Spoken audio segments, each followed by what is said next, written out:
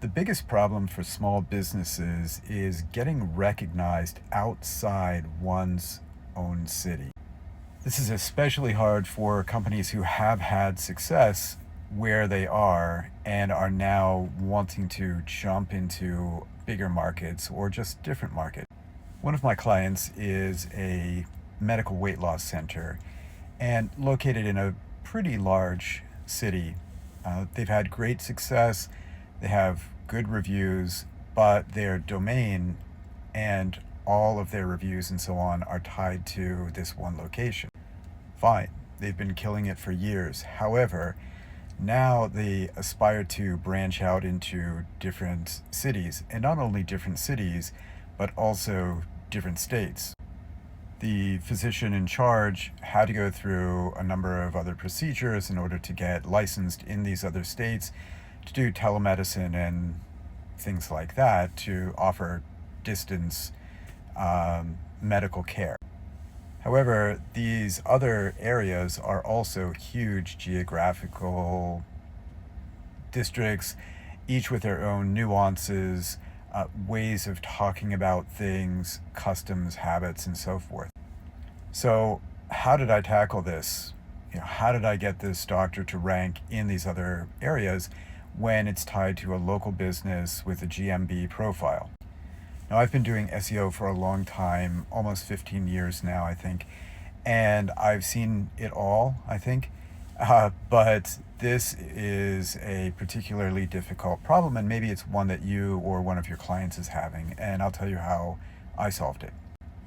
The first and most important thing is to make sure that the website and everything ticks and ties. It has to be basically flawless from every aspect. So you want to make sure that you have a great website, you want to have a good offer, that everything works, that when somebody clicks a button either to order something or to schedule an appointment or to request more information, that it doesn't take them through 5 steps, and that it's very easy and intuitive, both if you're on desktop and if you are on a mobile phone. That's all fine and good, but now let's get to ranking.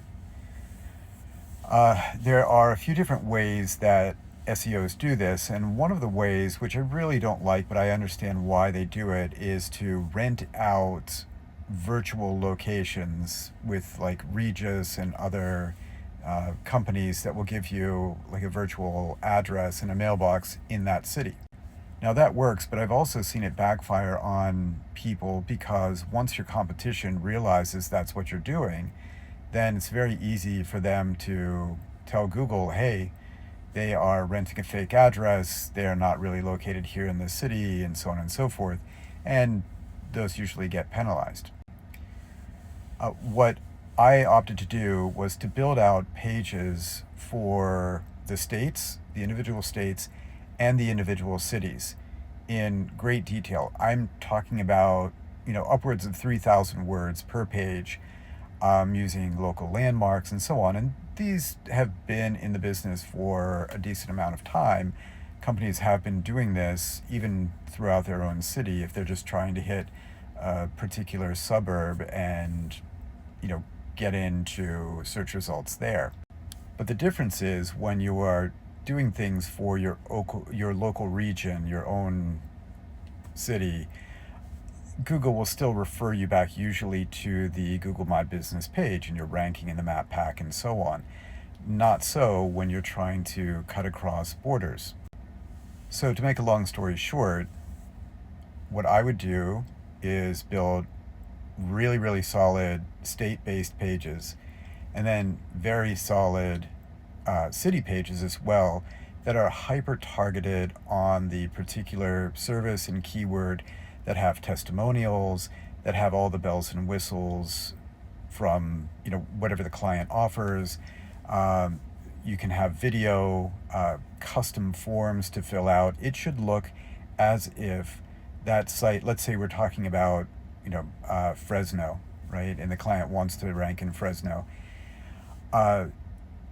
When somebody lands on that page who's from Fresno, it should look like it is entirely made for somebody living in Fresno. not that it's made by somebody in Los Angeles wanting to rank in Fresno. Now, the other thing that you would do, okay, that's fine and good, and you might get some long tail traction, but what about ranking the thing? In order to rank it, obviously you have to build links, you have to acquire relevant links, and it's really tedious because it's super competitive, and so your average Web 2.0 type stuff won't work. One of the best ways to do that is to start joining local chambers of commerce that are in that area. And you want to find chambers of commerce that will allow you to place a link on their site as a sponsor. Now, be aware, the client has to have a serious budget for this. Some of these links can cost upwards of $600 per link. And that's not only the time that it takes for you to build the page and rank the page through other means. Of course, you also want to leverage social media and things like that. But anyway, if you are in this situation, either you're an SEO and you have a client who wants to do this, or you're just trying to figure out how to help your clients, just grow a little bit more to justify your retainer, that should be enough of a tidbit to get you started. If you are actually an individual who is a local business who aspires to do this, or maybe you've hired somebody to do this and they haven't done a great job, feel free to reach out. But I'll be sharing more tips and tricks along with this, but this is just sort of a rambling video. Thank you if you've watched this long, and I'll come along with more videos in the future. Have a great day.